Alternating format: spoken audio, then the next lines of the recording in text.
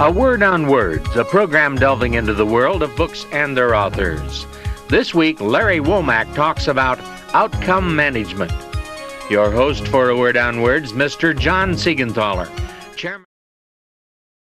The Cottonwood Jesse story is a very important story to me because it speaks to me and it speaks to you of our times. Old cowboy. Depression era. He's driving a truck. He doesn't like trucks, he likes horses. But cowboying is becoming a trucking business and not a horse business. So the technology's changing on it. Have to feed him gas instead of hay. Right. He doesn't like that. He likes his horse.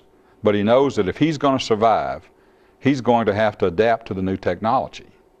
And he goes through great struggles with that. And the allegory deepens in that a cottonwood tree grows along the side of a stream and sucks up a lot of the water. And farmers and ranchers and ecologists know that often in order to get the stream to flow, you have to cut down the cottonwood tree. And so in a lot of businesses, the answer to being successful is cutting down some of those old cottonwood trees like us who haven't been willing to learn the new way. One of my favorite statements, and Lee Iacocca gets credit for it, and it's hackneyed and been said many, many times, but it is so profound today. I don't know who said it to begin with, was lead, follow, or get out of the way. And in so many companies today, there are cottonwood trees who need to be out of the way. Then you take Jesse into an encounter with young John, his nephew. Right. And you leave us in that allegory with John, the young man, as the visionary. Right. Jesse looking back and worrying. And his father in the present. That's exactly right. Right. That's exactly right. And you know, that story had another ending. It did? And when it got to that point, I said, that's it. I've told the story. That's the story. Well, we've got a couple of minutes left. What about the Lorenzo brothers story? I was involved in a consulting engagement with a friend down in Mississippi.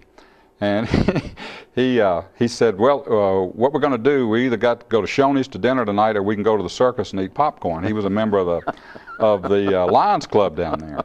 And so I said, well, let's go to the circus. And we go to this little circus, and it's a family circus. Right.